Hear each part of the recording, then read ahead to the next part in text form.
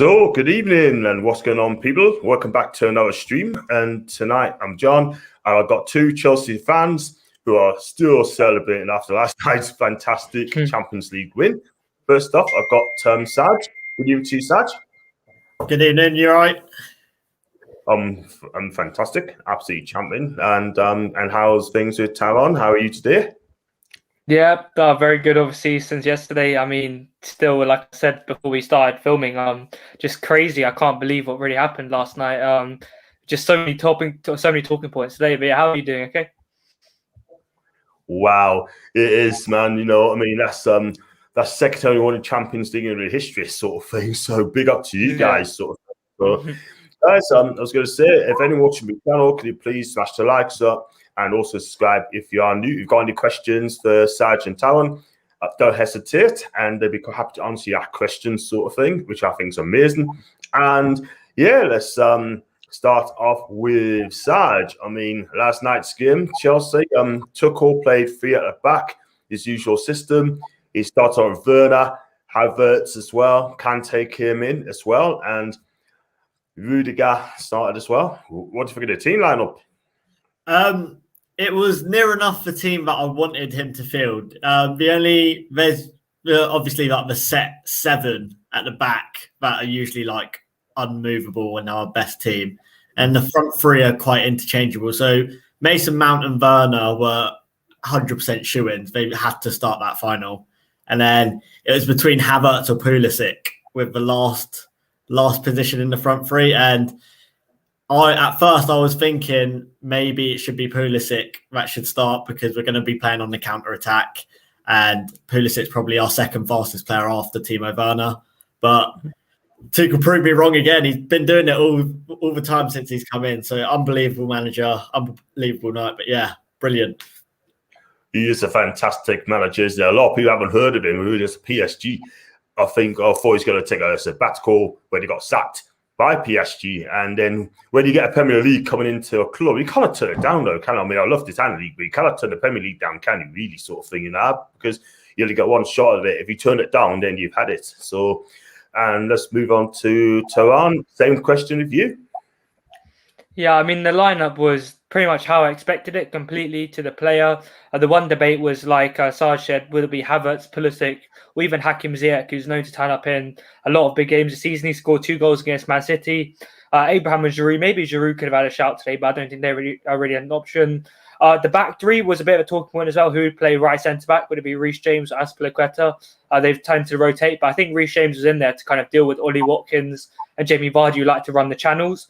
And Reece James was put right wing back. And when he's right wing back, he's honestly a beast. And yesterday performed. Raheem Sterling, I mean, when he empties his pockets, it's going to be his car keys, I don't even know, like a wallet. And then just Raheem Sterling, he's going to be late to the England squad because he's just going to be stuck in his pocket. But honestly, James was class. Azpilicueta, that is the epitome of Azpilicueta's Chelsea career yesterday. How he played, blocking last-minute shots, playing out from the back, being a captain. Amazing. But yeah, Kovacic was a big talking point as well. Goal.com reported that he could be starting this game, said Jorginho. But no, Jorginho proved a lot of haters wrong again. I think you guys might saw the video of him crying on an Italian TV show. I don't know what one it quite was. And it was quite emotional. But yeah, the lineup, Thomas Tuchel kind of he tends to kind of make changes sometimes to kind of trick opposition. But today, yesterday, he kind of went with quite a substandard lineup, and it worked perfectly. Wow, brilliant. I mean, I look at Chelsea team myself. I thought he's going to play FIFA, but I'm not going to lie, but I thought Man City was just about going to win that match, by the way. But part of me think that I thought Chelsea fancied this clearly, but I like the three centre-backs, Rudiger, Akabeta. I tell you what, Reece James surprised us. I thought that he's going to get done by Sterling, and I thought, my God, has this kid improved? Week in, week out. I think he should be playing. He should be in the England squad, surely. I mean, that right back for the Euros is going to be Ryan James, Kieran Trippier, and is he also right back? Kieran Walker. Yeah, he had a good game yesterday as well, I thought. But Reece James stole the headlines as well. Yeah. Reece James is absolutely amazing. I mean, he impressed us, that kid who really has. Ben Chilwell as well. I mean, first season in, I thought it was absolutely amazing yesterday. I thought the whole team playing really, really well. N'Golo Kante, Where did he come from? The guy is absolutely immense. I mean, you got to get him on a new deal. Surely you got to get him on a new deal. You got to keep this guy for the rest of your life, sort of thing. But I mean, how far could Thomas Tuchel go? I mean, because he said he wants to stay at the club. Has he signed a new deal? Has he signed a new 3-year deal? First. I don't think I think he joked about Roman Abramovich said he could get a new deal because he only signed on an 18-month contract, didn't he? So, I mean, he deserves it. But then again, what does a 5-year contract mean at Chelsea? Because the conveyor belt of managers coming in and out.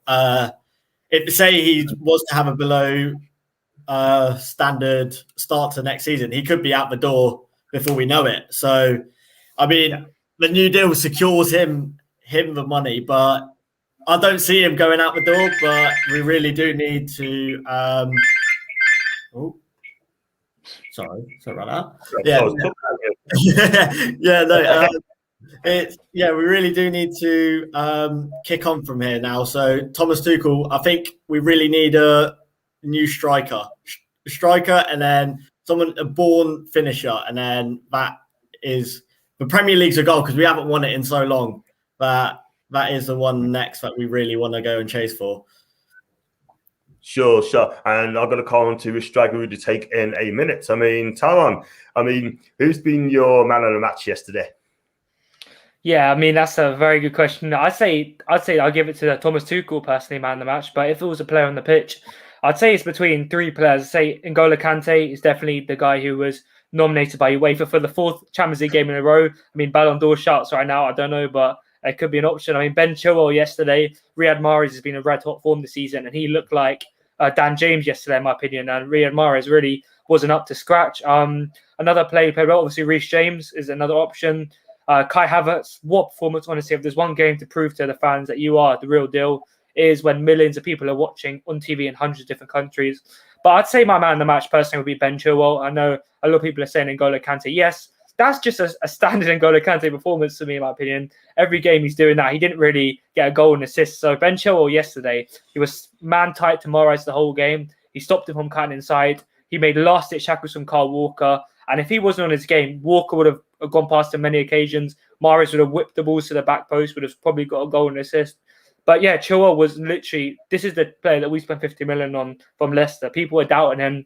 Is he the guy? Do we have Reguilon who we could have signed? Alex Telles, a lot of other players. But Chilwell has definitely been the best of all of them players this season. And for me, he should be starting at the Euros over Luke Shaw. I mean, Luke Shaw's had a very good season, but these last, I say 2 months, Chilwell has been absolutely outstanding, in my opinion. And I think in the Champions League final, for you to perform that well, it just merits a man of the match, in my opinion. So, yeah, I'd say Ben Chilwell.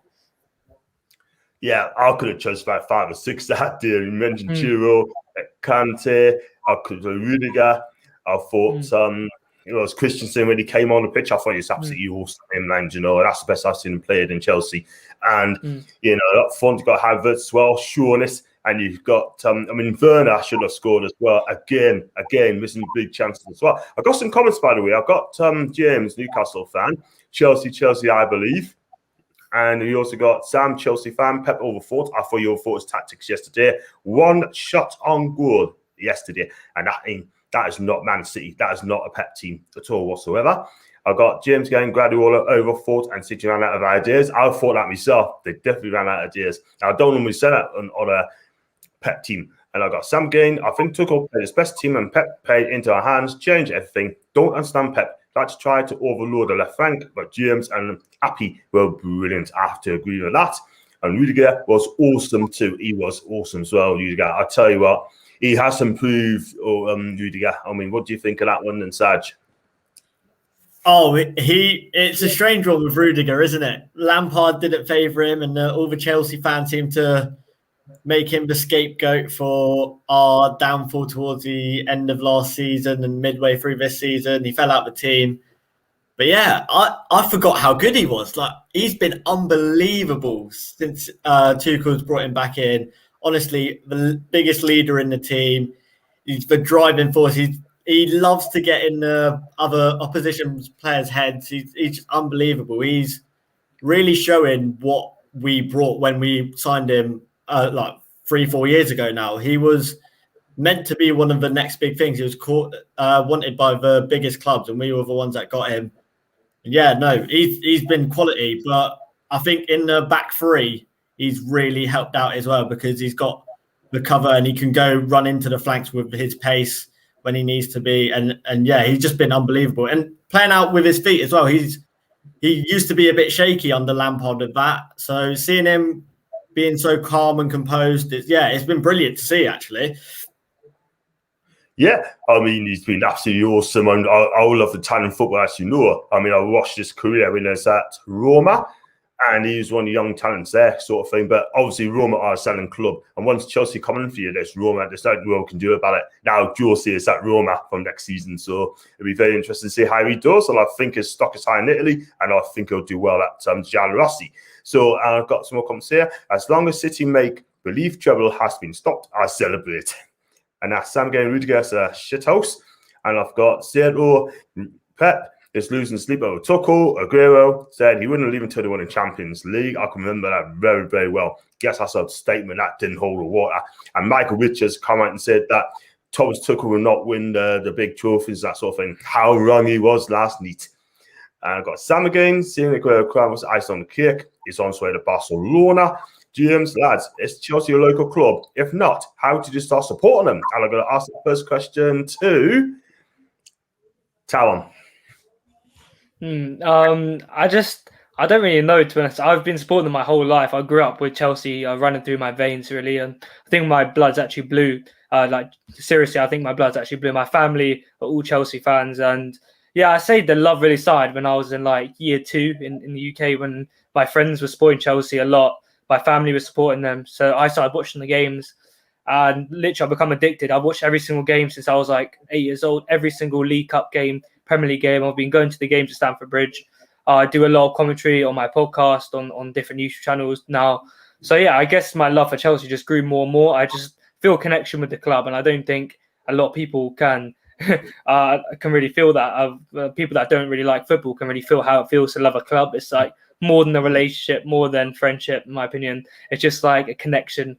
And yeah, I just love football from then onwards, not just Chelsea. I mean, I'm a massive football fan. Loads of different clubs. I like to watch Schalke a lot. And just, yeah, I've always loved Chelsea. And I'm from the London area, so it's a good fit, really, personally. Talk about the accent, my guy. So then the same question goes with Saj. How do you get Spurs supporting Chelsea? So my dad's originally from Fulham, so literally a 2-minute walk away from the stadium. So dad was always the one that supported Chelsea and followed Chelsea, and then he moved down. So I'm from Bournemouth. So so he moved down here, and I just picked it up from my dad, and his passion for the game, honestly, screaming at the TV, screaming at the radio when we were listening to it in the car. It just radiated off onto me, and now I've taken it onto another level. You'll catch me. My sister caught a video where Mason Mount scored the second goal against Real Madrid. Me just on my knees, shaking my fist, just going mental at the goal. I lost my voice, honestly. It's just the love for the club that I have is I'm not on the scale. You can't put into words how much I love this club. It would be a dream to get anywhere near the backstage, working with them and anything. But yeah, honestly, the club is literally all my life. I've been known to take longer breaks at work without them knowing, watching me go around the back and watching the games and stuff. Yeah, no, it's brilliant. It's brilliant. I love the club. Good for you. And you know what it is? Chelsea are a terrific club. And I know my only gripe with Chelsea, that Roman keeps sacking managers, when he needs to sack managers. He needs to have a sort of manager. If he doesn't keep sacking manager, then, hey, listen, I think it would be absolutely dynamic sort of thing. You know what I mean? He's a good owner. He spent over £1 billion, to win trophies. I wish you had an owner that spent over that money, spend some money and just wins the FA Cup. I'll be happy with that. You know what I mean? In Newcastle, that ain't going to happen anytime soon. But I'll come on to that later another day. So I've got said again, I hope I get to see Aguero go to Barcelona, then beat Pep. That's the cherry. Possibly. because there's going to be big changes at Barca, because I think Ronald Koeman could be out of his ear this week. He's got a meeting with Laporte as well, so that's breaking news. I got said as well. What's really scary, John, is Tuchel using Lampard's men and did destruction. Imagine if he now puts whoever he wants into the transfers. I mean, talking about transfers as well, do you think Thomas Tuchel is after anyone in the summer? Who's he after? He definitely needs a striker for me. I think Lukaku could be on the market if because according to Inter Milan in Italy, that Antonio Conte, you used to manage your guys, was told that he's got to sell 1 or 2 star players because of the COVID and haven't got much money. So that's why Antonio walked out on Inter Milan this week. So would you take Lukaku or even Laurent Martinez? And that goes to Saj. Personally, Lukaku would be third on my list. I do really like him, and I do like how he's played and done really well at Inter Milan. I feel like he got a lot of undeserved criticism at United. I feel like the weight of the shirt kind of held him down a little bit, although his numbers were still unbelievable. And he's a proven goal scorer in the Premier League. Like, the likely case is that Haaland goes to City and then Kane goes to United. So he's probably the next best on the market. And of course, you'd want that because he's guaranteed 20, 25 goals a season.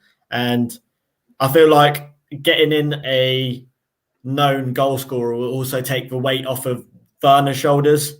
And then Werner will also start freeing up and scoring the goals as well. And then who knows what we can go on to achieve with that. But personally, Lukaku's third on my list, but I wouldn't say no to him. If he's the only one that we can actually go out and get him tomorrow.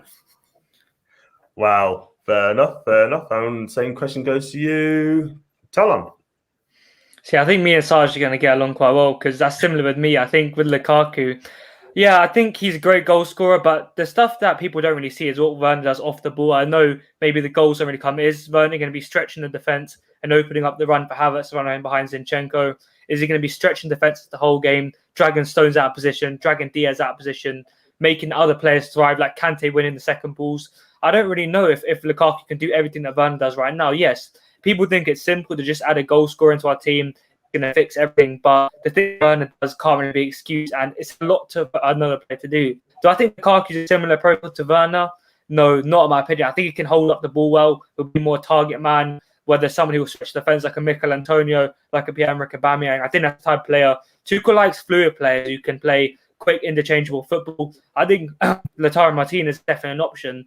Sergio Aguero would have been a good option as well, but obviously he's getting injuries. He's a bit old now. Lukaku, I feel like someone who is an individual. He likes to have the ball for most of the time to hold it up, to drag players into the box. And I feel like for a strong, fluid, interchangeable system, I don't really think Lukaku was suited. I'm sure Tuchel will probably be thinking the same thing. Haaland, no, but Harry Kane is definitely a player. He's top of my list.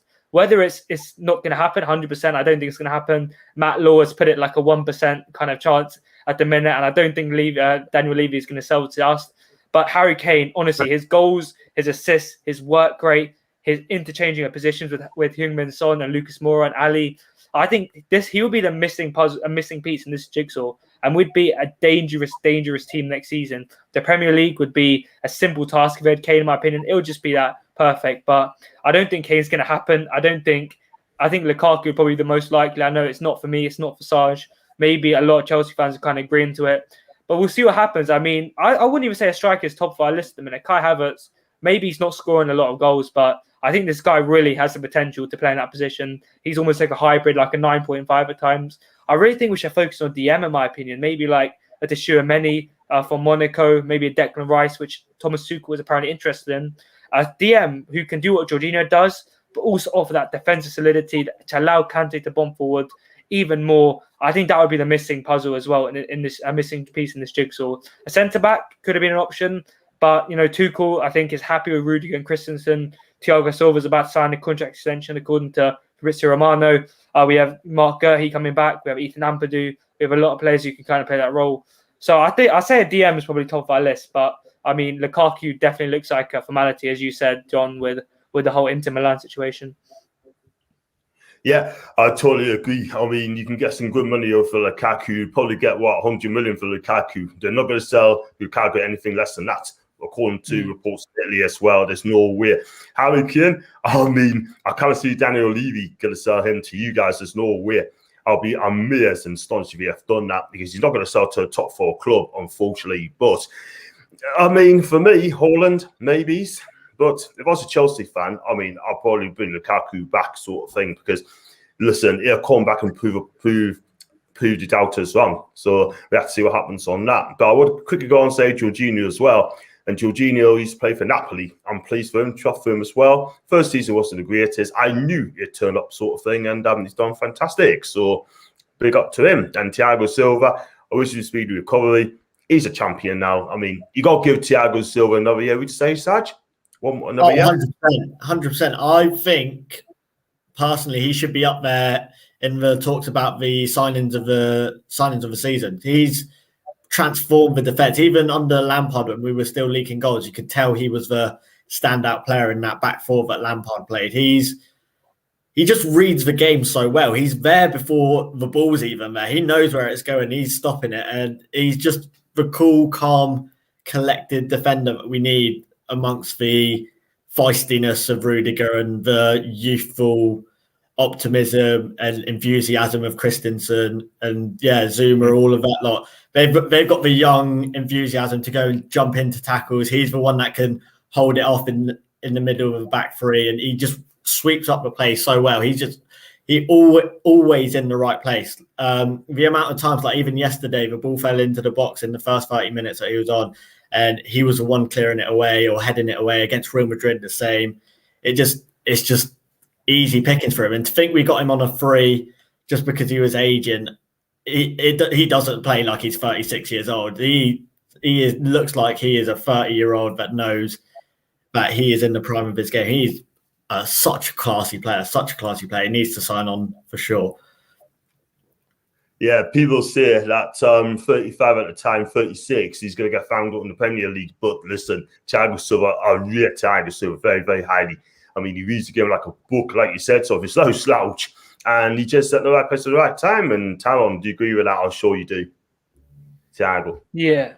I mean, Silva's been a real revelation. I know I was personally a doubter in the summer if he would be able to, this age, I know age is just a number, but 36, turning on 37 this year, it is a big age number. I know a lot of players like Ibrahimovic is not producing the same numbers as he was when he was much younger, but Silva, honestly, like Saj said, he's provided element of calm to our defense. He's a guy who can just stroke the ball into the middle of the pitch. He can stroke the ball out wide. He can play the long balls. He can play the ball backwards. And he is the guy that everyone will look around to in the dressing room and think, this guy is a serial winner. He's won it all, apart from the Champions League one. Now he's won it all. We can look up to him. We can learn stuff from him. Andreas Christensen must be learning a lot from him. Rudiger must be adding a lot of Thiago Silva's elements to his game. Same with Reece James. Reece James has come out and said Silva's a great mentor on the pitch and off the pitch to him. So I just think, even though Chelsea are known to not give players over the age of 30 2+ year contracts, Thiago Silva's an exception, in my opinion. This year, he's proved everything he needs to prove. If West Brom didn't exist, it would have been a perfect season for Thiago Silva. I seriously think that he's been up there with the best defenders in the Premier League, even in my opinion. I mean, there was a lot of debate who's been better, Gabriel Magalhaes or Thiago Silva. I say Silva's won that debate, despite being 16 years older. I mean, it's just been a perfect season from Silva, and to not give an extension would have been crazy by Marina and Roman, but they've done it, and it's going to be confirmed in the next few days. Yeah, fingers crossed for you guys. And who does it? Yeah, so we're going. I got some more comments here. Sito, do you ever? It's just a question. Newcastle question. What I was doing that for? I don't know, but do you ever think Newcastle will end up in the Champions League, John? Is Boosty Ball next season confirmed? Well, let's put it this way: we need a takeover, right? If we don't get a takeover and Steve Bruce stays at manager, we'll be relegated next season. Let's be real. We were lucky if we finished in 12th this season as well, but we're not the 12th best team. Let's be real about it. But we need to take over Seattle as quick as possible. And Seattle again, the problem is a lot of people can't avoid Kane asking price is high during COVID, but he was crying and looking at the crowd last game. I think he wants to leave or has already been talking to people. I mean, we touched on that, didn't we? Where do you think he's going to go? Chelsea's one of them. Man City or Man United. For me, if I was a better man with Kane, I think I'd go to Man U. if he is going to leave. But then again, it depends to get Pochettino back or not. That'd be interesting. And I've got Ryan, Newcastle fan. I hope you're okay, my guy. Are there any notable players at Chelsea that are coming back on loan that you guys are excited about? First question goes to Saj. On Ryan. Yeah, so personally, Gurhi's looked unbelievable for Swansea. He has been probably their standout player this season. He's been brilliant. He's been coming up through the pipelines, and the Chelsea fans have been speaking about him for years now, it feels like. But he's really stood out this season. I'm not sure whether he gets back into the team at the moment, so it might be another loan. But yeah, there's also other youngsters in our squad already. So like Billy Gilmore and Tino Anjorin, both of them are unbelievable players. They could break into the midfield. I mean, Gilmore's getting there already. He could be the successor to Jorginho, who knows? And then one player that I do have a soft spot for, but I feel like he's going to be moving on, is Loftus-Cheek. He didn't light up the world at Fulham, got relegated, and obviously I feel bad because of the Achilles injury that he suffered in a pre-season. No, it wasn't even pre-season. It was a game midway through the season, a charity match. Snapped his Achilles, and then when he was hitting prime form, he was going to be the next big thing in my eyes. And so it's a shame for him, but I feel like we'll see him moving on. Ross Barkley started well, you could say, this season, but then he tailed off. But other than that, the squad that we have, and then the youngsters that are still in the team, I feel like are the ones that are going to break through potentially next season. And Gurhi maybe give him another season out on loan, and then prime to come in when Thiago Silva eventually hangs up his boots, whenever that is. I tell you what, though, we need defence at the back as well. Newcastle conceded 62 goals last season, and that is not good enough. Out of the bottom three, I think he's in more than us. That Gurdy, the one on the back from Swansea, I'd take him all day long. I mean, Ajak could be in the bag for us as well, so and keep Federico Fernandez at the back. That'd be my back three, but at the end of the day, I mean, we definitely need our back three sorted out. And that's a good point. And with you, Talon, as well, with what's your take as well? Or are you going to stick with I'll say Gurhi. I mean, Gurhi had a very good performance. Was it yesterday in the playoff final? A lot of comments and a lot of Chelsea Twitter people, a lot of fans are picking up on his performance. And he played well, but I think Gurhi will be loaned out to a Premier League club, whether it'll be Crystal Palace, whether it'll be Everton, whether it could be Newcastle, just for you, John, after Chelsea be watching this particular stream. You never know. But in my opinion, one player who I think we're short on players midfield, one player who suits the kind of role in Thomas Tuchel's system would be Conor Gallagher. I think Gallagher has the work rate, the tenacity, the pace. He seems to be quite a good player off the ball. He keeps chasing the ball down. He's quite technical. He's composed on the ball. And I think he's a player that could possibly have a shout in pre-season. Maybe performs quite well in those, international continental cups, whatever you call them, the Audi Cups. He could actually have a shout next season. Whether he'll be playing in a 3-4-3, in a 6-6, which I think he can do, or in attack and 8 system. I think he can do it all, in my opinion. And at West Brom, I say he's had a good season, not amazing. Obviously, it's been a difficult season. I don't think you can really judge. West Brom as a collective have been very poor. They've had different changes of managers. Allardyce coming in has definitely not helped with his kind of Brexit style of football. But I think Gallagher's been very good, and he's a player who I think is quite similar to Mason Mount in the way he presses quite high. He always chases the ball down. He puts his heart on the pitch. If you got, I mean, he leaves everything out on the pitch for that whole 90 minutes. He comes off with blood, sweat, and tears, and I think he could fit Tuchel's system. It's just the fact that could he get ahead of Mason Mount, Mateo Kovacic, Jorginho, N'Golo Kante, Billy Gilmore, who's already been training with Tuchel for over 6 months. It's just all time will tell, I think. I think it's a bit early to tell. Obviously, Gallagher's not in the England squad this season. He's going to have more time with Thomas Tuchel to kind of develop, maybe speak to him about where he'd kind of envision him in this team. I think that could possibly happen. And in my opinion, Gallagher's the most likely that could play next season. And I think he's a really exciting prospect. And he lives quite near to me as well, so I could go around and speak about it. Yeah, I mean, anything could happen. I mean, I tell you what, though. I mean, Gallagher, I think he's going to be fantastic. I watched him for West Brom when he played against us at St. James. He's been very impressive. Absolutely fantastic. And I think this guy's going to go a long way. Billy Gilmore, yes, definitely. He's got talent. Goody, yeah, I'd take him. You know, you've got some cracking players coming through because you got the academy system, you got the right management, you got the right things, and you can improve. But unfortunately, we got an academy. It's just simply aren't good enough at Newcastle. They're not. And Judy, one of my favourites on my chat, smash the likes. I totally agree. If you haven't subscribe, please consider doing so. Also with Sarge and Talon as well, and also following their Twitter account as well. And I'll come to later on where you can find them. I've got Sato. Can you ask him, how do you feel about Hudson-Odoi and Tammy Abraham jumping and around like the field with the Champions League medal and coming back playing? Sarge, that's the first question I've got to ask you, man. I mean, and also, how do you rate them, and do you think they'll be staying next season? Personally, I've got no issue with it. It's a team effort. They were playing at the start of the campaign in the Champions League. They were a vital part of the winning team. I mean, under Lampard, Abraham was the chosen striker to start. And then Hudson-Odoi was also, I remember that goal against Rennes where Mason Mount picked him out, sublime pass, and then rolled it past the goalkeeper. They both played their part in this run for sure, and they deserve the trophy as much as anyone else in the team. It's quite similar to the John Terry red card, I guess you can say. He didn't play in the final.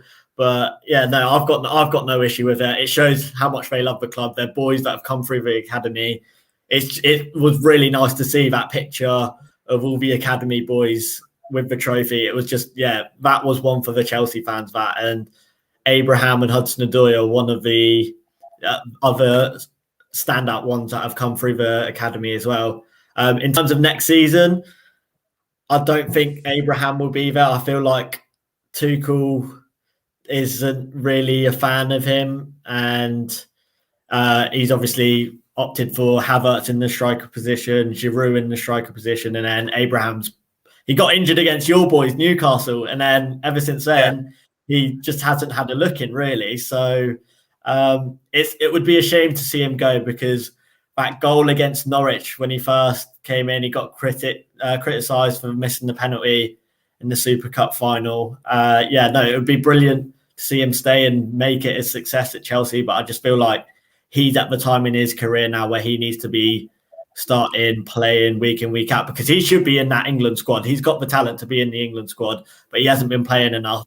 And he should be the third striker potentially behind Calvert-Lewin and Harry Kane. But yeah, he's got the talent. In terms of Hudson-Odoi, that's a difficult one as well, because there's been rumours going around potentially a swap deal with Jadon Sancho, Borussia Dortmund. In terms of that, I'm a massive fan of Hudson-Odoi. He should be on the level that Sancho is now if he had the minutes under his belt like Sancho has. They've both got incredible talents, but Sancho's had the minutes. So if it were to happen, I wouldn't begrudge it. Sancho's further ahead in the development now because he's had more minutes. He's proven it. He's got close to 20 goals and assists 2 seasons in a row now. He's an unbelievable player. And if it were to be a swap deal, if we could get like a potential first option to buy Hudson-Odoi back, that would be incredible as well, because that right side of our front three is up for grabs, because Mason Mount will play as one of the inverted 10s, but the other one is still up for grabs. We've got Pulisic there as well. We've got an abundance of wingers. So if we were to bring in another winger, Hudson-Odoi is probably the one as well that's potentially going to be on the way out. But I would love to see him be a successor at Chelsea, because he is the one exceptional talent that has come out the academy along with Mason Mount. And yeah, it would be nice to see him do well, but potentially maybe even a loan. But yeah, who knows? I'll tell you what, I'd take Hudson-Odoi and Tammy Abraham run in Newcastle, no problems whatsoever. But the thing is, though, I'm afraid the club's just on an ambitious sort of thing. Tammy Abraham, I reckon Tammy would probably go to Brighton. Brighton could do with a striker like him. That's what they need, a striker. And Brighton to have a fantastic season. And Hudson-Odoi, he could have gone to Bayern Munich a couple of seasons again if he had that chance. But apparently, Chelsea tried him. So I think they stopped him, didn't they, from going or they just didn't get enough money, sort of thing. So I got one of my favourite songs in there, Judy again, no more different than John Terry running onto the pitch than the last one. I have to agree. I mean, look, listen, they're part of the team, so they should be celebrating. Do you know what I mean? They should be celebrating. I'll go with Talon for that one. Actually, I'll ask you this question for Talon. What have you guys make of Hakeem Ziyech, and does he have a future? Talon, we'll go ask you that question. He's a talented player. Yeah, I mean, when he first came in, there was a clear intelligence about his play, just the way he can pick out an eye of the needle pass. He has an X factor that a lot of the players own in this team. In my opinion, the best passing ability at Chelsea when he's on his day. And it's sad because under Lampard, he looked like probably one of the key cogs in that system. He was a guy who we passed to and just hope for the best. I can come back to the Newcastle game in St James's Park when he was just balls were played to him on the right, was whipping him balls to Abraham that he missed. There was great save from Cardalo. A lot of occasions where that happened. And the Sheffield United game at home where he was honestly the standout player, where he got, I think, 2 assists and he got a key role in one of the goals as well. So, yeah, Ziyech had a very good start under Thomas Tuchel. With the new system, it honestly never looked like it was going to work. I mean, 2 inverted cams. Ziyech does like to be on the right, as I mentioned before. He's not really a player who likes to be in the inverted areas. He's not a guy who likes to be pressed too high. He likes to have his own room where he can maneuver, where he can pick out those passes. And, yeah, I mean, he's had his chance under Thomas Tuchel. It's not like to say that he's had nothing like the likes of Abraham, who really has been treated fairly, in my opinion. Ziyech has had chances against Barnsley, his first game. There was a lot of different games where he started. Even the Man City game where he got the goal. Yes, he got the goal. If he had Timo Werner playing the game, he would have been much more effective. I mean, he was playing. If he had Pulisic, I don't think Ziyech affects the games enough right now. Thomas Tuchel, he doesn't really look interested, in my opinion, when he's on the pitch. I mean, a lot of players are fighting for their badge. You saw Havertz yesterday. We see Timo every time he puts on the shirt. We see Antonio Rudiger, and then when it comes to Ziyech, it just looks like he's been a bit rattled by the change of manager. He was obviously a key player. He was the first signing that Frank Lampard made. He was clearly bound to be a star player in that system. And a new manager comes in, loads of new signings, a whole change of system. It's going to unsettle you. And the injuries haven't really helped as well. He first came in against Brighton in that preseason friendly, and he got serious injury against Leeds. He got the injury. And he's been picking up little niggles here and there in the squad. It's not really been a fair season. Whether I think he's going to leave in the summer, I think I wouldn't be surprised, to be honest, if another club comes in, an Italian club, maybe Jose Mourinho's Roma. I think he could fit in quite well there as a counter-attacking kind of player to play his balls in behind to, Pedro and other players like Boyd or Baston. But, I'm not really sure what's going to happen with Ziyech if he's going to stay. I think he should stay another season. If you're seeing a club win the Champions League, you're seeing all these young players coming through, you're seeing a manager who's clearly getting a big buzz out of these players, who knows what he's doing, I'd say you stay another season, in my opinion, and you see what happens next year. It's a little bit premature right now if he's going to leave. But, if he leaves, then I mean, it's not been the best season. I think the Premier League seems like a bit too high paced for him, in my opinion, right now. But, we'll see what happens with Ziyech. Well, let's hope he gets another chance at Chelsea, Ziyech, because I do like Ziyech. I think he's talented lad. And just one of those things, unfortunately, you have him making the Premier League, you don't. And that's how it is. Gassetto, I have another question. Do the people who thought of the owner, so when Lampard was sacked, now like Tuchel, are the Lampard's in fans allowed to celebrate too? And that's Saj. I feel like, of course you can get behind Tuchel. I think the sentimental factor of Lampard being sacked was probably the hardest factor to take in. He's a legend of the club, will always be. The fans were even singing his name in the stands in Porto yesterday after winning the trophy. Like, nobody's going to forget what Lampard did to this club as a manager and as a player. He rebuilt this team, brought the young players through. The standout player, Mason Mount, of course, everybody said it was Frank Lampard's son. Well, he's a manager's dream now, isn't he? But, I feel like I was sceptical as well when Tuchel came in. I thought potentially there were better options to go out and get. But, Tuchel's proven everyone wrong. When he first came in, every little change that he made was just paying off with a goal or even an assist. Like, Marcus Alonso came back in, goal. Hudson-Odoi came back in, started scoring and assisting. He makes all the right decisions at all the key moments. The only times that he's potentially gone off was the Arsenal game when he changed too many players potentially, and then obviously the FA Cup final. But we lost to a wonder goal at the end of the day. And yeah, so I feel like everyone has their ups and downs of a manager. Personally, I was Lampard out towards the end. I thought maybe the job was a bit too big for him to handle with the downturn in form, because he's never had that really. He had that season at Derby where he was just up and up and up, got them to the playoff finals. But yeah, no, now you can really tell now with a manager who knows what he's doing and is seasoned in what he's doing, how far the team can go, because we knew it, like all the Chelsea fans knew it from the start of the season, but with this squad, they have the sky's the limit.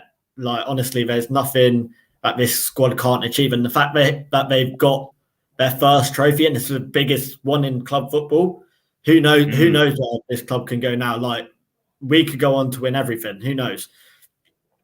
Well, I mean, I think Chelsea, I'm going to be honest, if they get a striker, if they win the league next season, I think they're going to dominate the Premier League for years, as long as this guy is manager, I'm telling you, because he's got them in knots. I mean, honestly, let's be real, he's got this league in knots if he wins the league. And yeah, I mean, I didn't expect him to win it, but they've done it. But you're right. But I've got Judy here. Question, is it fair now to hold Chelsea alongside United and Liverpool in terms of legacy?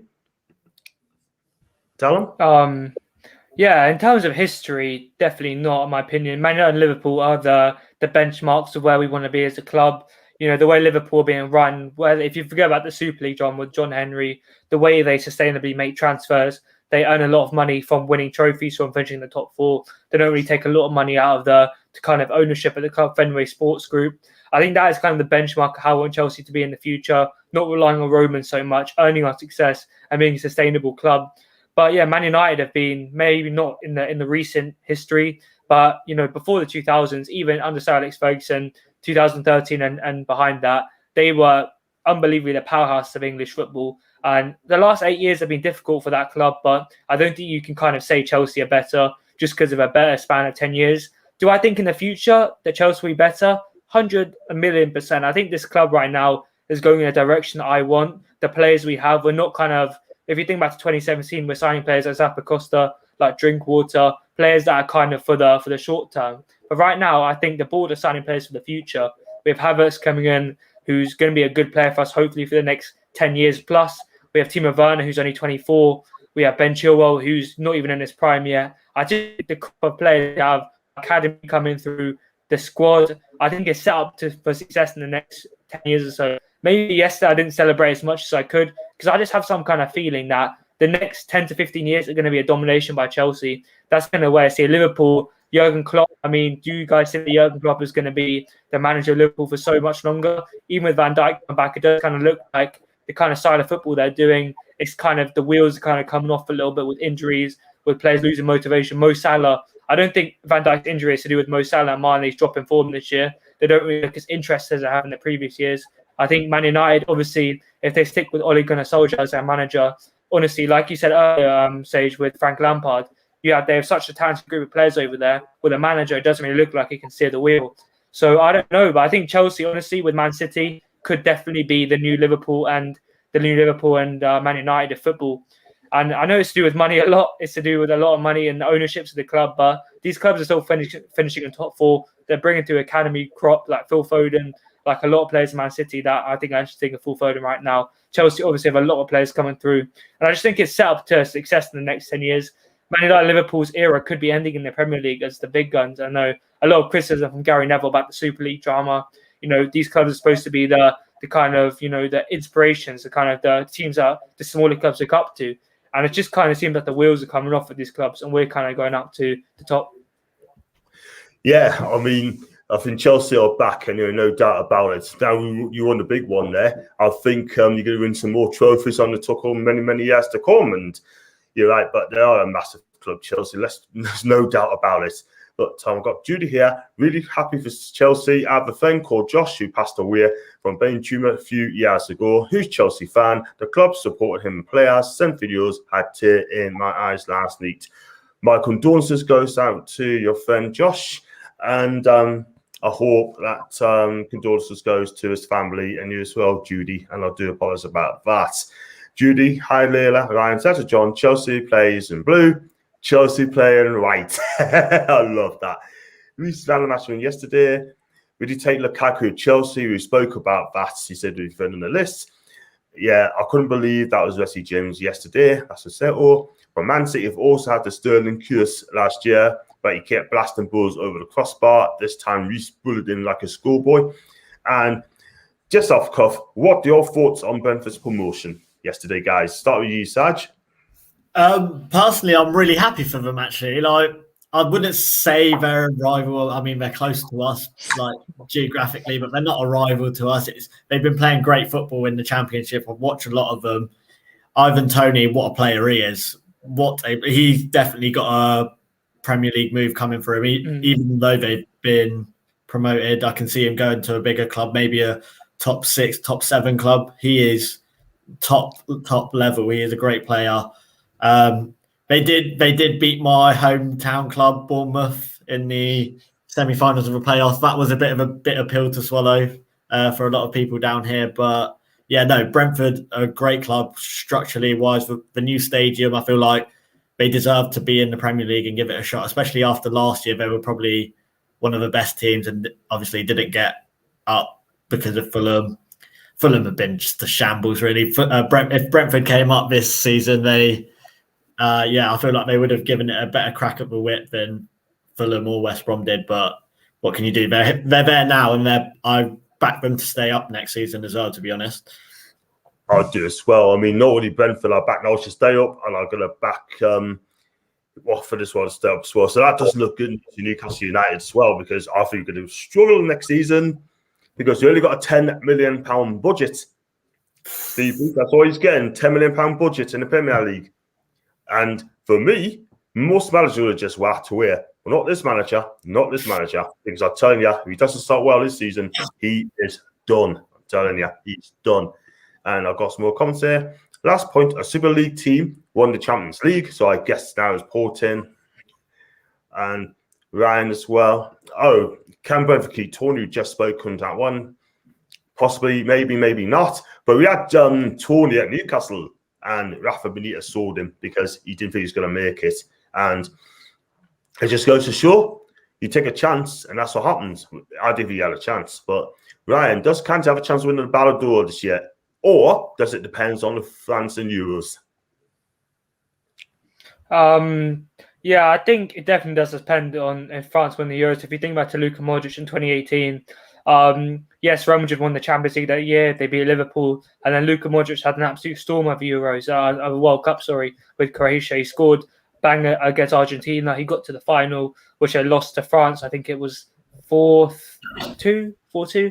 But yeah, I think Kante. I think it will be harsh on Lewandowski if Kante does win that. Lewandowski beat Rudi Voller's record in the Bundesliga this season with 41 goals. And I just think it'll be very harsh on Lewandowski. It depends on the second half of the season as well. If Kante can keep up this form under Thomas Tuchel, if you sign a new DM like Tchouaméni, he'll continue that form more and more. But yeah, Kante, I think 4 back-to-back performances, man-of-the-match performances in the Champions League. I don't think any other player has ever done that before. He's been the key guy to us winning this year. Just the way he wins the ball high up the pitch. He won the ball back with both the goals against Real Madrid in the semi-final second leg. Obviously, yesterday, Kevin De Bruyne was completely out of the game until he sadly got injured. Riyad Mahrez, like I said, was completely out of the game. I just think Kante, if he could add goals to his game, this guy is honestly going to be one of the best midfielders of all time. There's no doubt about that, in my opinion. And I think the shouts for him getting the Ballon d'Or will be very, very harsh on Lewandowski. But I think he definitely should be second. If they win the Euros, he should be first. Yeah, I totally agree there. Sort of, he deserves to win the Ballon d'Or because I've always rated this player, and he is so underrated. And I mean, if he stays at Chelsea, he'll be amazing. And it's turned out to be a Brentford chat. This you got Brentford around club, sellable assets: Henry, Da Silva, Tony, Raya, and Bruno. And Thomas Frank deserves credit. He is underrated. You would take him in Newcastle. I'd take the guy all day long. I think this guy is talented manager, whips the fans up. And you know what it is, Thomas Frank? He's a character. The same cannot be said about Bruce. We're interested to see how Brentford does recruitment in the Premier League since they're killing the Championship. I agree.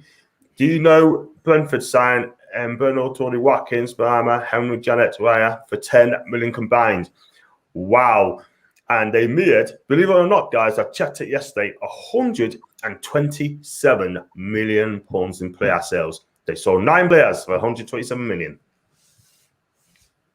Crazy. Unbelievably well-run club they are. Yeah, no, brilliant. I mean, just the fact that they're signing Ben Rama for, I think it was like £6 million from Amiens, selling for 32 million. Signed Watkins from Exeter, I think it was for free, selling for 30 million. Ivan Toney. It just seems that the recruitment at that club similar to Leicester. They're like the Leicester, the champ now, the Premier League. They signed players cheap, they developed them. Even though they got rid of Dean Smith in 2019, they brought in a talented manager who's getting the best out of these players. I just think you have to respect Brentford. You have to respect them for everything they do. I have to agree. I mean, the fact is, at the end of the day, we're going to get up. We're going to get embarrassed by Brentford in the transfer market. I'm telling you, we cannot compete with Brentford now. I'm telling you, they will spend 10 million here. They might spend 50 million here, and you know what it is, right? But we're just so embarrassed now. You know, they're everything that we're not. They got a new stadium. They got a talented manager. They got ambition owners, ambition chairman, ambitious players. You know, but unfortunately. I don't know what about Newcastle. I mean, do you think Newcastle deserve to be finishing 12th this season, Saj? Do you think they deserve to be finishing 12th? I don't know if you've been watching us this season. Yeah, so personally, I feel like I know your thoughts on Steve Bruce is you want him out from what I've gathered. Personally, I feel like you guys got run down by a lot of injuries. I know Callum Wilson very well because obviously a Bournemouth player, and then obviously you had St. Maximin out injured as well. Some may say Joe Willock saved Steve Bruce a little bit towards the end. He was a breath of fresh air. If you can keep him, that would be a top signing. But he'll probably go back to Arsenal, would he not? With the owners not budging on budget clearly. And then, I feel like potentially a little bit lower. So maybe a 14th, 15th. They definitely want the bottom three. They in the end, they avoided relegation quite comfortably, I believe. Yeah, there's quite a few points. I feel like Newcastle at the moment, their ceiling's probably like they've reached the ceiling at 12 with the owners they've got. Losing Rafa Benitez as a manager, he was at Chelsea for a little bit. He, as much as the fans didn't like him, he did bring us home a Europa League trophy. So, I feel like the club's not going to go much further if they don't get the back in. But they seem to be Chelsea's bogey club at times as well. Going to St. James's Park is not an easy task for Chelsea. We seem to always lose against them there. We got the upper hand this season. Obviously, no fans. The Newcastle fans are just something else, aren't they? They really bring the atmosphere to St. James's Park when they're there. And it's a club that you want to see get higher because they are such a huge club. But with Mike Ashley, it's probably unrealistic, isn't it?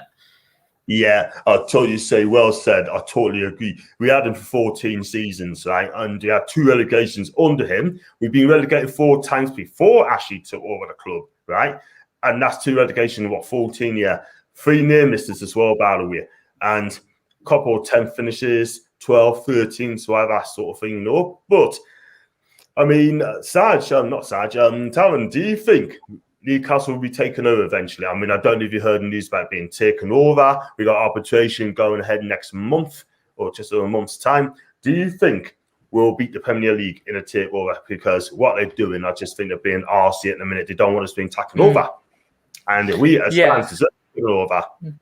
I mean, it did look like it was going to happen at one stage. There was very, very strong rumours that the new owners were coming in and Ashley was going to sell. But there was a lot of links that the Premier League had denied that, and I'm not sure what's happening right now with the call of arbitrations you said next month. But if that would happen, I know Newcastle. You look at the other clubs who got taken over. When Man City, I know it's probably not going to be as drastic as that. When Man City got taken over by Sheikh Mansour. I wouldn't say Man City were a huge club before they got taken over. They were absolutely taken to the next level. Now they're Champions League finalists. They're back-to-back Premier League winners. They're Carabao Cup back-to-back winners, FA Cup winners.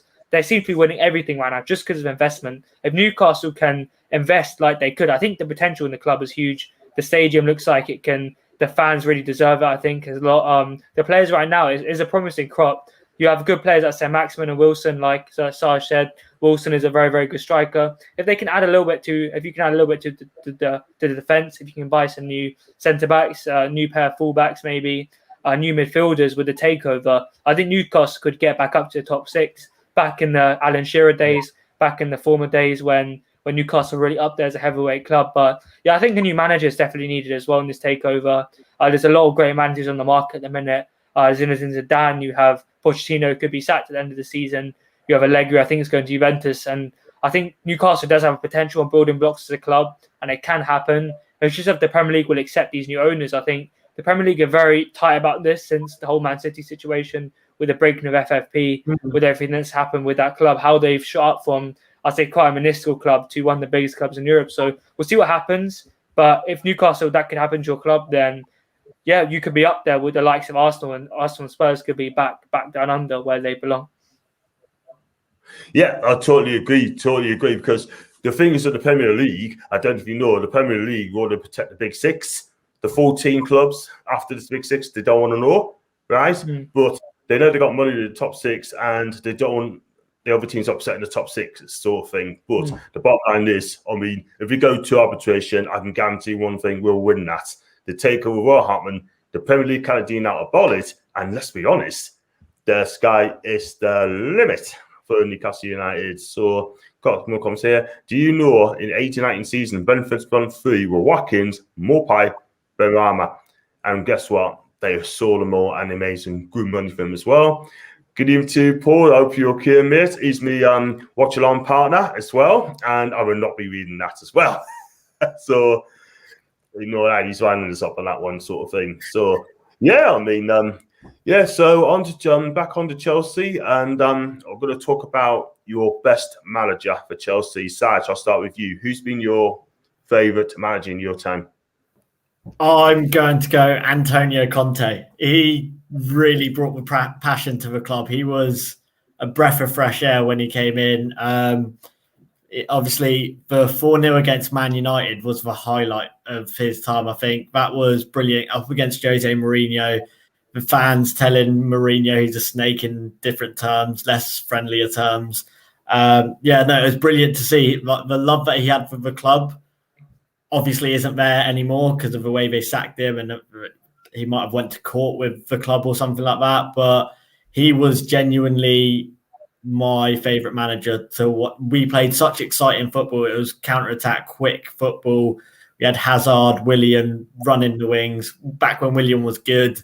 It was a very fun time to be a Chelsea fan now, especially after the loss. The way he just transformed the team into a winning machine. I think we went 13, 14 games winning consecutively in the league.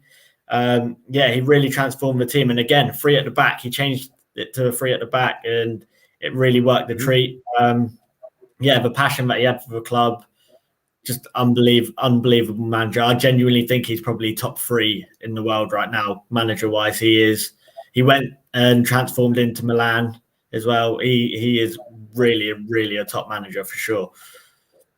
He's been linked to Real Madrid as well, isn't he? Sort of thing. I don't think it'll last. If he's into Real Madrid, I don't think it'll last because he probably upset the board. That's the thing, like he did with the owners at Inter Milan. And he does that because he just wants more money, doesn't he? Conte's like a money manager, you know. He just wants to keep improving every year all the time. And when he doesn't get it his way, he walks away. He's done it at Juve, he's done it at Chelsea, he's done it now he's done it in Inter Milan. So, but that's Conte all over, that sort of thing. So, Taran, same with you, mate.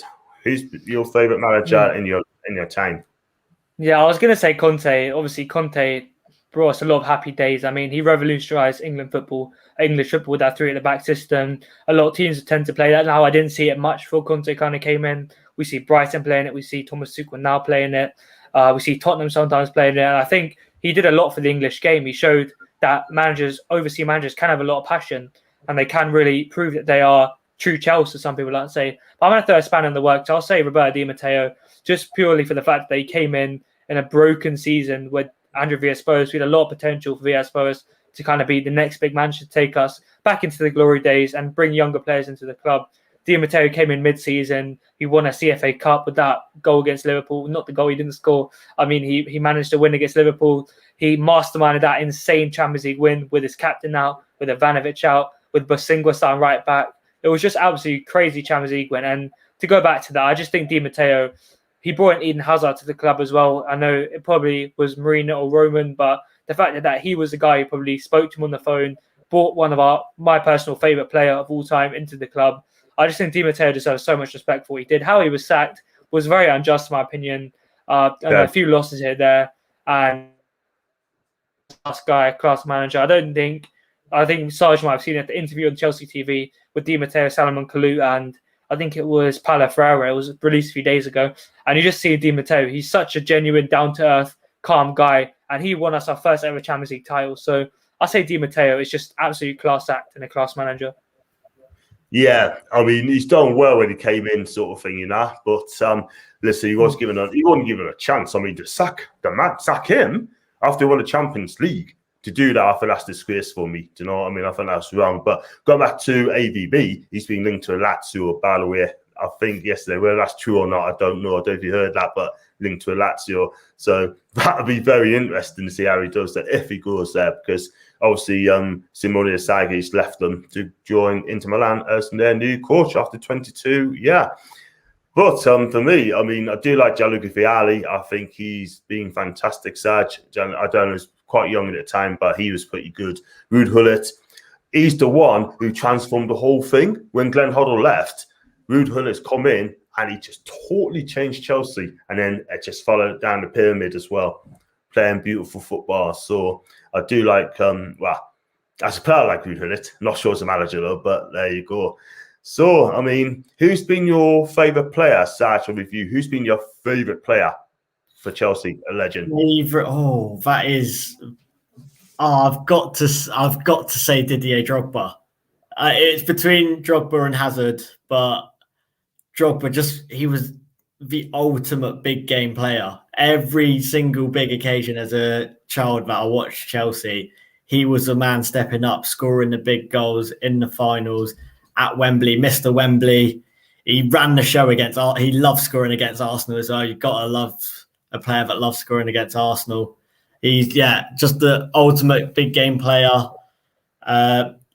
Typified Chelsea, fighter, big, strong, unbelievable skills. I feel like he gets a lot of unjust criticism now that his playing career is over, because he didn't score as many goals in the Premier League that maybe he should have or could have.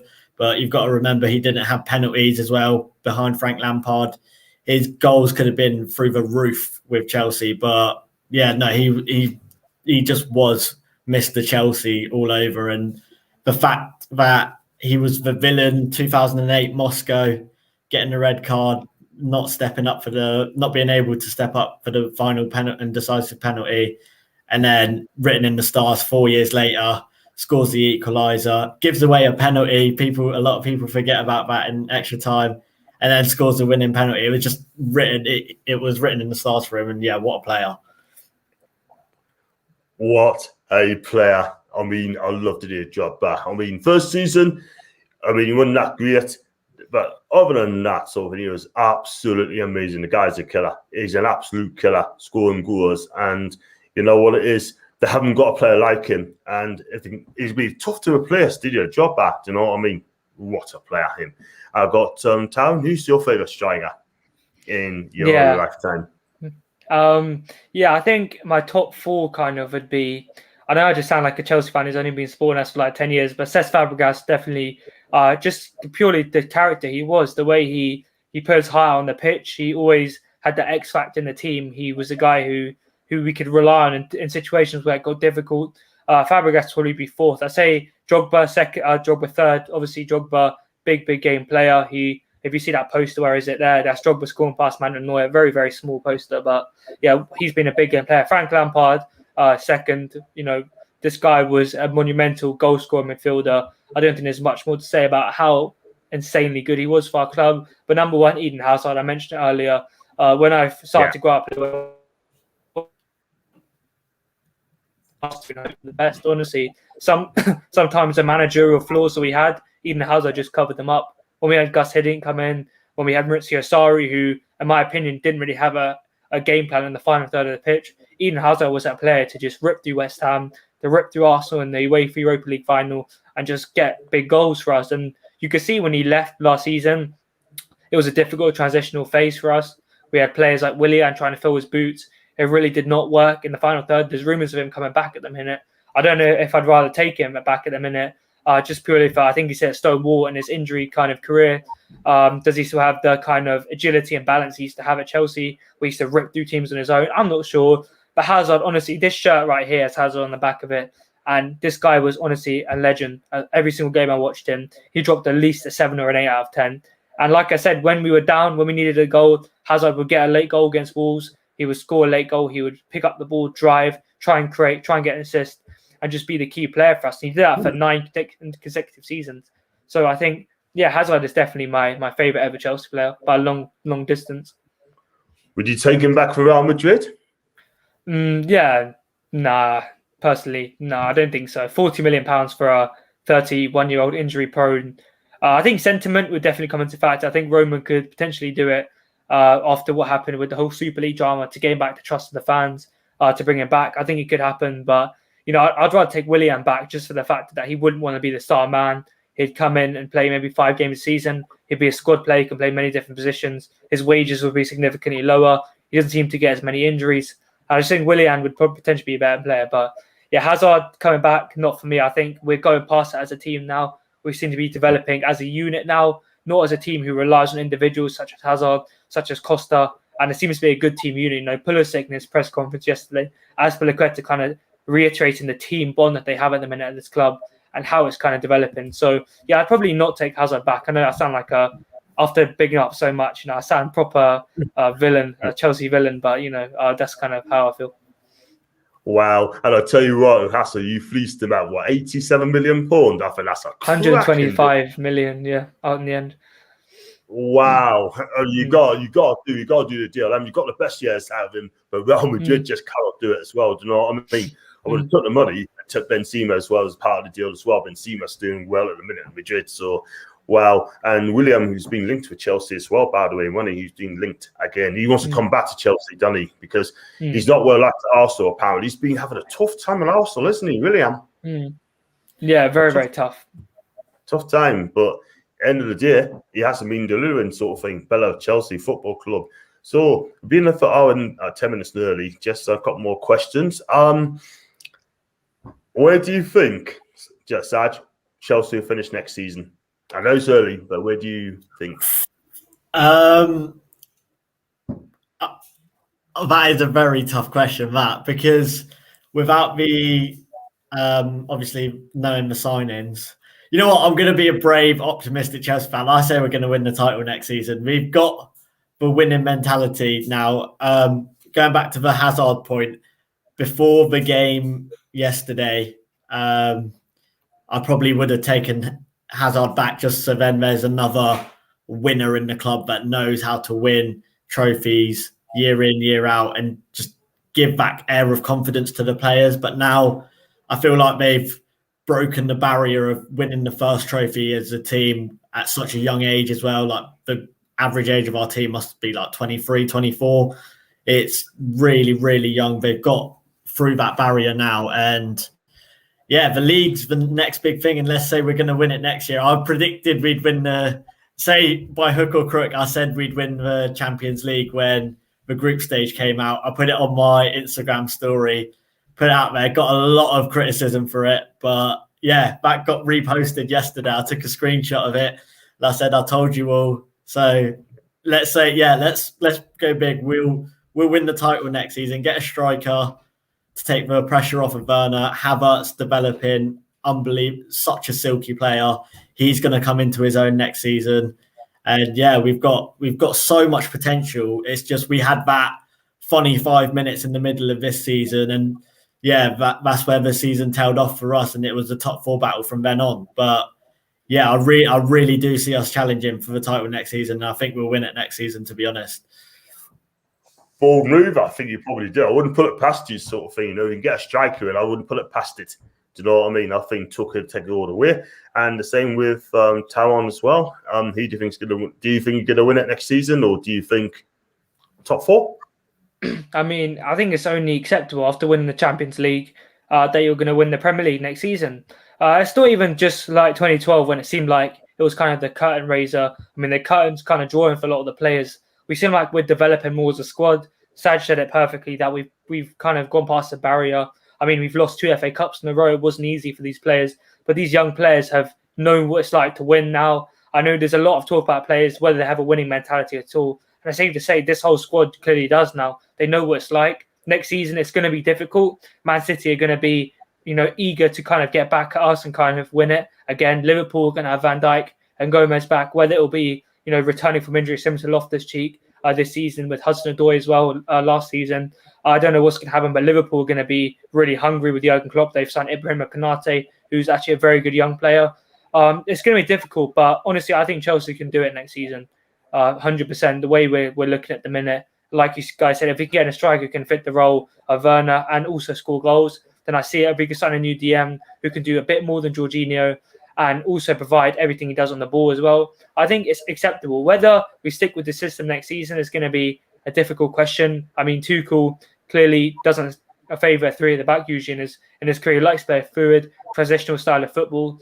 And I think it will suit a lot of these players if he can move to a different formation. So I don't think it's going to be as easy as saying, yes, we've won the Champions League, then it's going to be a Premier League, then it's going to be dominating Europe. I think there's going to be bumps along the road. There's going to be a difficult part next season as well. Fingers crossed It's not as difficult as this season. It's going to be a roller coaster next season with a new manager. He's going to have a full season at the club. There's going to be eyes on him. The pressure is going to be really, really tight on Thomas Tuchel next season with new signings potentially as well. It's going to be hundreds of millions of pounds spent. So it could be a very difficult season, but I'm predicting the boys to go all the way. It's only that you can say it. This team has potential. I believe in all of these players to win and finish the season as top. Yeah, I wouldn't put it past it, lads. I think they've got a great chance of winning a big one next season, you know what I mean? But it all about starting well. He'll start well. Also, as long as Tuchel don't argue with the owners as well. He's got a history of arguing with people as well, which is not a good sign. So, yeah, I mean, just turn on you guys on Newcastle. How do you think Newcastle will do next season? Personally, I'm going to say another mid-table finish. I feel like they won't be troubled by relegation next season. I feel like there's a few other teams that could potentially go next season. It's a bold one, but Wolves potentially without Nuno as their manager. I don't think there's anyone that's out there at the moment that could do a better job than Nuno has done for Wolves.